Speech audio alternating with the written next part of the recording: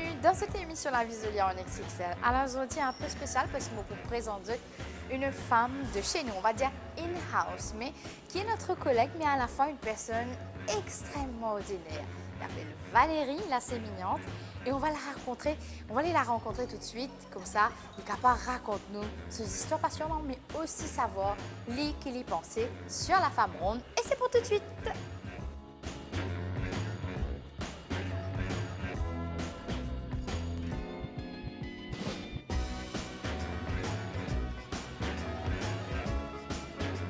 Bonjour Karine, donc je m'appelle Valérie et je travaille à l'AMBC en tant que responsable du service clientèle. Donc ça fait maintenant 17 ans que je suis ici, responsable de l'unité de Customer Care. Et voilà un petit peu ce que je fais, recevoir le public, répondre aux doléances et organiser les visites, recevoir les visiteurs, etc. C'est un peu moi. Alors Valérie, aujourd'hui a 2 enfants. J'élève seule mes enfants, une fille de 15 ans et une deuxième fille de 12 ans. Et voilà, j'élève mes enfants dans toute la simplicité, la rigueur bien sûr. C'est pas évident de concilier parfois le travail et la vie de famille, mais je crois qu'on s'adapte à nos enfants comme nos enfants s'adaptent à nous et ça marche très bien jusqu'à maintenant. J'ai toujours été ronde. Depuis que je me connais personnellement, j'ai toujours été ronde. Et je crois pouvoir dire aujourd'hui que ça ne m'a jamais vraiment posé de problème. Je peux dire avec le recul que je ne me lève pas en me disant je suis ronde. Je me lève en tant que personne. Et ce qui est difficile, c'est le regard des autres sur soi. Je crois que c'est ça qui est difficile à vivre en tant que femme ronde. Mais aujourd'hui, avec le recul, je peux dire que ce que les gens pensent, je laisse de côté. Et je continue ma vie comme je l'entends, parce que je ne peux pas me changer du jour au lendemain. Comme beaucoup de femmes rondes, je crois que j'ai essayé beaucoup de choses, parce qu'il faut rentrer dans la norme, parce qu'on n'est pas comme ses amis, parce qu'on n'est pas comme ses collègues. Mais il faut vivre ce qu'on est. Et on apprend à s'accepter comme on est avec le temps. Et voilà, je crois que tant qu'on est bien dans sa peau, rien ne peut vraiment nous effrayer. Je n'ai pas eu de problème avec mon poids pendant l'adolescence, sauf pendant les cours d'éducation physique, bien sûr. Quand on nous demande, à l'école où j'étais, on faisait de la gymnastique. Et donc, ça, c'était pas évident parce qu'on n'aime pas forcément le sport. Quoique je n'étais pas mauvaise en sport, mais tout ce qui concerne la gymnastique, les sports de souplesse un peu, donc c'est pas évident, c'est vrai. Et quand on n'aime pas ça, on ne fait pas autant d'efforts.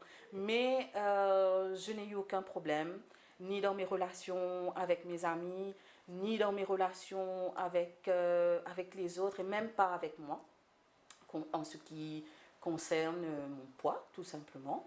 C'est venu bien après. C'est venu bien après, au moment de travailler. Au moment de travailler, où on se dit, est-ce que je vais rentrer dans la norme? Est-ce que on va m'accepter dans un travail pour ce que je suis ou pour l'image que je projette? Et donc forcément, on n'ose pas se présenter à certains postes. Mais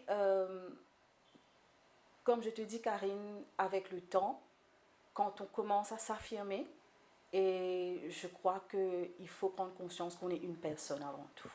On n'est pas juste une image et on n'est pas juste un corps, on est un esprit et tout ce qui va avec.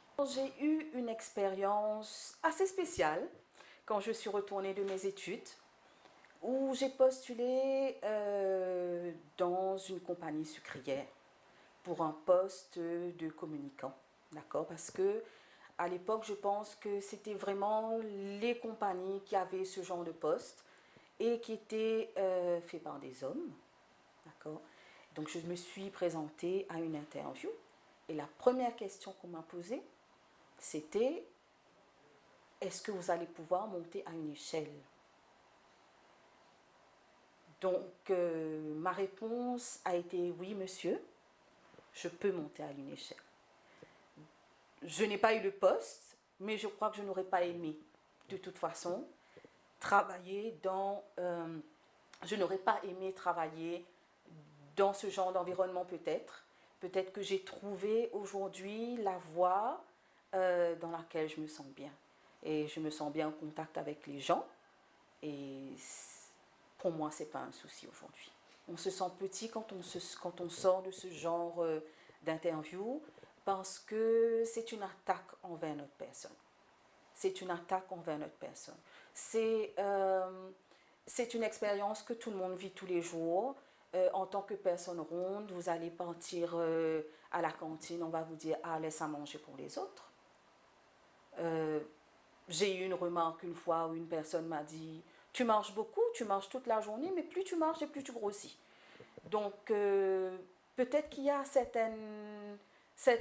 certain temps, ça m'aurait blessée. Aujourd'hui, je sais remettre la personne à sa place. C'est elle qui devrait se sentir mal de faire ce genre de remarques. Et pas à moi de me sentir mal d'être juste moi. Parce que dans ce que je fais, je pense être à la hauteur. Je n'ai pas besoin d'être jugée sur ma personne. Du côté de mes parents, ça a été un peu plus compliqué. Ça a été un peu plus compliqué parce que moi j'étais dans mon adolescence, j'avais mes amis, je sortais, donc je faisais les choses comme tous les adolescents. Et je n'avais pas de problème avec ça. Pour mes parents, d'autant que je me souvienne, depuis l'enfance, il fallait me mettre au régime. Dès petite, je crois que j'ai connu des régimes toutes les années de ma vie jusqu'à quitter la maison. Et même eux, peut-être, à un moment, ils se sont dit, ben écoute, laisse-la. Laisse-la vivre comme elle est. Ça a commencé à l'adolescence. C'était des petites remarques. Regarde-toi, tes amis ne sont pas comme ça. Tu sais, tu devrais perdre un peu de poids. Quand tu vas chez le médecin, c'est les remarques, madame, faites-la faire un peu de sport. Donc, peut-être que les médecins à ce moment-là ne savaient pas que, ben oui, elle fait du sport et elle est pas mal en sport. Donc, oui, c'est des choses que je pense que tous les parents s'inquiètent. C'est normal. C'est normal, c'est tout à fait normal de s'inquiéter de la santé de son enfant, de s'inquiéter de ce que la personne peut être. Je pense que mes parents ne sont pas comme si l'esprit assez ouvert, n'ont pas l'esprit autant ouvert que d'autres parents. Dans le sens où ils auraient pu encourager, habille-toi comme ça, fais ça de telle façon. Eux, c'était plus, c'est vrai, dans les remarques. Mais on s'affranchit de ça avec l'âge, ou même par rapport à ses parents, on peut arriver et dire, ben, regardez-moi aujourd'hui. Ok, j'ai pas le physique que vous vouliez, mais je suis bien. Et toi, tu es une maman de 2 filles. Comment sont tes filles? Est-ce qu'ils gagnent le style de maman ou est-ce que c'est un peu plus mince, taille de guêpe? Du côté de mes filles, écoute, il y a un papa et une maman. Il y a un papa et une maman, donc l'une ressemble à papa, aime bien manger, mange énormément, donc surtout dans l'adolescence, mais elle ne grossit pas. Et il y en a une qui ressemble à maman. Et donc les physiques changent avec l'âge, on verra plus tard, mais je crois que le plus important, c'est de mettre l'accent sur une alimentation équilibrée. J'essaye de ne pas reproduire les erreurs de mes parents, de ne pas mettre l'accent sur le poids, mais plutôt sur le bien-être. Donc, je ne veux pas faire souffrir mes enfants. J'encourage mes enfants à aller vers l'hygiène alimentaire, la pratique du sport, mais je crois que chacun a son physique qui lui est propre. et je ne fais pas de remarques sur le physique de mes enfants. Ce n'est jamais venu dans mon idée de dire à ma fille, tu dois perdre du poids. Jamais, dans le sens où je suis responsable de ce que je mets dans son assiette et je sais vers où je la pousse. Maintenant, c'est son physique à elle. Je ne peux pas la blâmer sur son physique. Elle sait, donc elle regarde ses amis. Parfois, elle vient me dire, ah maman, je dois perdre un petit peu mon ventre. Je lui dis, c'est bien, je l'encourage, parce qu'elle est ronde, oui, mais comme sa maman, le sport ne la dérange pas. Et l'alimentation n'est pas vraiment un problème, on mange équilibré. Donc, non, je ne blâme pas mes enfants sur ce côté-là. Je crois qu'elles sont suffisamment averties. Et même à l'école aujourd'hui, c'est des choses qu'on ne faisait pas avant. À mon époque, il n'y avait pas. À l'école aujourd'hui, on montre comment manger, on montre comment s'habiller correctement, quel genre de vêtements ne pas porter. Donc, c'est des choses qui vont venir avec l'âge. Et combien de régimes est-ce qu'il te entame des régimes justement? Alors, mon pour dire toi, Karine, qui m'en entame tout régime qu'il a. Régime légumes, régime protéines, régime pas manger. Moi, je fais un régime extraordinaire, comme tu peux faire l'étude à La Réunion, moi, je fais un régime de bananes. Alors, Karine, le régime de bananes, c'est manger que des bananes, matin, midi et soir, et ça ne marche pas. J'ai fait tous les régimes qu'il y a. J'ai perdu beaucoup de poids sans faire de régime. Je vois que ça correspond au moment de ma vie où j'étais le plus heureuse. Donc, oui, le poids, ça ne va pas que avec l'alimentation. Le poids, ça va aussi avec comment on se sent. Comment on se sent, tout simplement. Peut-être qu'à ce moment-là, il fallait qu'on soit mince pour se marier. Et aujourd'hui, on peut vivre pleinement ce qu'on a à vivre. Donc, je ne dis pas que je ne fais pas attention.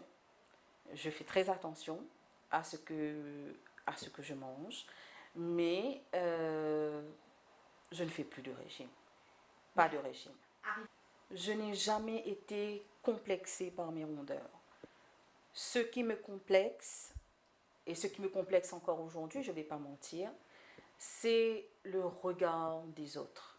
C'est comment on me fait me sentir parfois.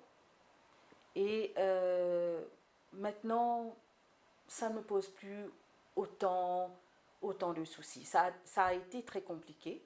Ça a été très compliqué parce qu'à partir du moment de mon accouchement, de mon premier accouchement, je n'ai pas arrêté de grossir. Et ça a été très compliqué parce que j'ai connu un moment où j'ai maigri beaucoup, fortement. Et la reprise de poids est très difficile après. C'est ça qui est difficile. C'est que se rendre compte, et puis il faut bien se dire quelque chose, Karine, c'est qu'on vit dans une société du regard à Maurice. J'ai vécu des années à l'étranger. Personne ne se souciait de mon physique quand je marchais dans la rue. Absolument personne. On a un poids social qui est assez difficile à porter à Maurice, où quand on rencontre une personne, la première chose qu'on lui dit, ben, ça va? Ah, je vois, tu es en forme, hein? Oui, je suis en forme, et toi? donc c'est juste pouvoir faire la pirouette, sinon ça devient difficile à vivre. Mais je préfère me moquer de mes formes, moi, plutôt que de laisser les autres le faire. Ça ne me gêne pas, moi-même, de faire mon autodérision, parce que c'est ce que je suis. Et je ne pourrais pas changer ça du jour au lendemain. Est-ce qu'il y a eu des remarques qui sont vraiment blessantes? Je n'ai jamais eu de remarques qui me blessent vraiment. Mais c'est une expérience que j'ai vécue avec une personne en particulier au travail. C'est-à-dire que cette personne-là me faisait la même remarque tous les jours. C'était pas bonjour, c'était pas comment tu vas. C'est quelqu'un qui se collait au mur quand il passait dans les couloirs à côté de moi. Il se collait au mur en disant « Excusez-moi, excusez-moi, je veux juste passer, je veux un peu de place. » Et au début, on ne fait pas attention. Et puis le deuxième jour, on se dit « Mais pourquoi il a fait ça ?» La troisième fois, on se pose des questions sur soi. Mais après, c'est fini.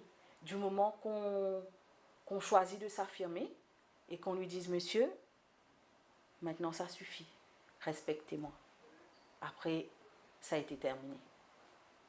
Parce que ça, c'est des moments qui sont... Ça, ce sont des moments qui sont durs à vivre. Comme je te dis, le plus difficile dans le fait d'être ronde, pour moi, c'est d'assumer le regard de l'autre sur soi. Et quand tu as assumé cela? Quelque part, je l'ai toujours assumé, le regard de l'autre sur moi. Parce que je n'ai pas eu de soucis avec mon poids. J'ai eu des soucis pour faire du sport. J'ai eu des soucis peut-être pour m'habiller. Mais pas par rapport à ma relation aux autres. Pas par rapport à ma relation aux autres. C'est une remarque qui est suffisamment blessante pour dire à Andy Moon, arrête son petit côté. Parce que c'est ce qui beaucoup de femmes rondes faire. Moi pensais, moi besoin passe là-dedans moi aussi. Hein. C'est ou inviter à une place, ou pas envie d'y aller, juste parce que ou pas connaître qui vous pouvez mettre là haut, ou pas connaître si c'est qui vous pouvez mettre li pas pour faire ou paraître encore plus gros, qui dit mon dire ah yo get ça. Alors qui vous fait ben ou reste que tout. Ou reste que tout et ou pas fréquente camarade, ou pas gagner ban nouveau, ou pas faire ban nouveau rencontre. Et les remarques c'est tellement blessant que ça peut tuer la personnalité d'une personne. S'il n'est pas assez fort pour s'exprimer, pour s'affirmer et pour faire remarquer à l'autre tout simplement que c'est lui qui est dans l'erreur.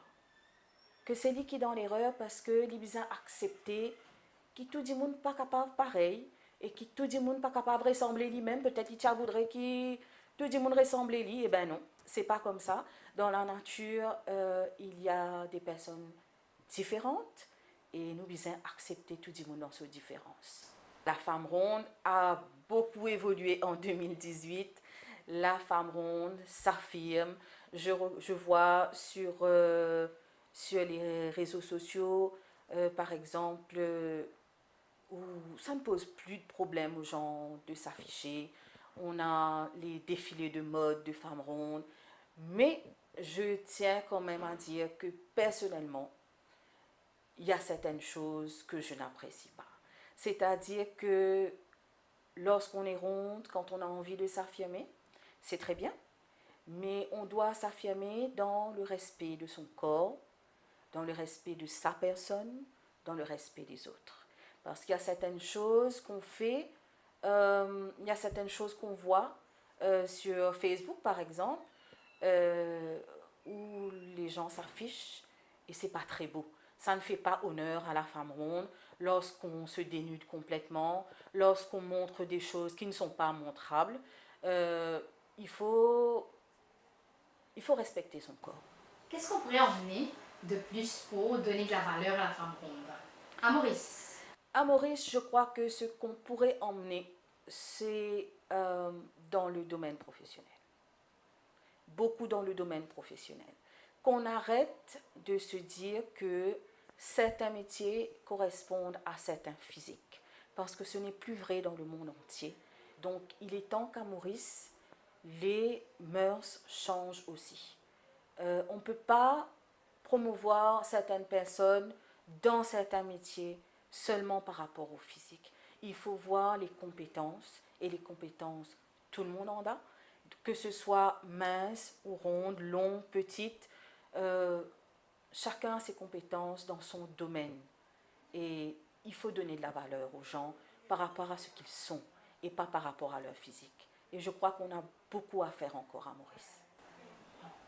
Et peut-être, donc pour un peu terminer avec notre chapitre, est-ce que Valérie, elle aime faire la cuisine? Valérie adore faire la cuisine. Valérie adore faire la cuisine, Valérie adore manger, mais aime manger les bonnes choses. donc, donc, écoute, pendant la semaine, je fais des choses très très simples, hein, très très simples. Je me mets au fourneau surtout le week-end pour ma famille. Pas forcément chez moi à la maison, mais lorsque tout le monde est réuni chez mes parents.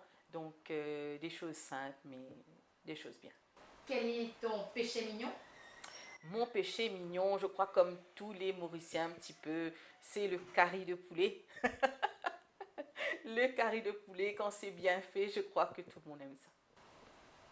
Et pour terminer, Valérie, qui message fort qui te envie par ça, Roman Femme aujourd'hui, qui peut avec nous, et qui peut donc ce moral justement pour pouvoir s'affirmer, de pouvoir aller de l'avant, et surtout endosse des remarques au travail. Pour les femmes rondes, en général, aujourd'hui, moi, je dirais que il faut prendre confiance en soi. Même si on n'a pas confiance en son physique, on peut avoir confiance dans ses compétences. Et la confiance dans ses compétences va emmener qu'on va avoir confiance dans son corps. Et même s'il y a des choses qui ne vont pas disparaître, ça ne peut pas disparaître. On ne peut pas faire disparaître notre ventre, nos cuisses du matin au soir, ce n'est pas possible. Mais on peut apprendre à s'assumer. On peut apprendre à s'assumer et à vivre pleinement sa vie, à sourire, parce que une personne qui sourit, c'est déjà un grand pas de fait. Si on se renferme, c'est là que ça bloque quelque part. Et pour commencer, allons vers nos compétences, vers ce qu'on sait faire. Et à ce moment-là, on pourra s'assumer, oser sortir et s'assumer.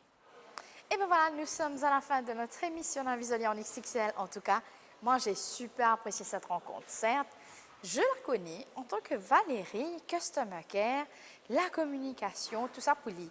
Mais connaître vraiment ses pensées, ses dires sur la femme ronde, mais elle est top. Ben oui, nous t'y rencontrons aujourd'hui, Valérie la sémillante. Et ben, nous, on va dire collègues, mais aussi ceux qui nous connaissent en tant que femme ronde aujourd'hui, qui nous racontent nous ces histoires et de ce qu'elle pense de la femme ronde. Pour ma part, Maud donne notre rendez-vous la semaine prochaine pour une autre émission d'Invisolier en XXL.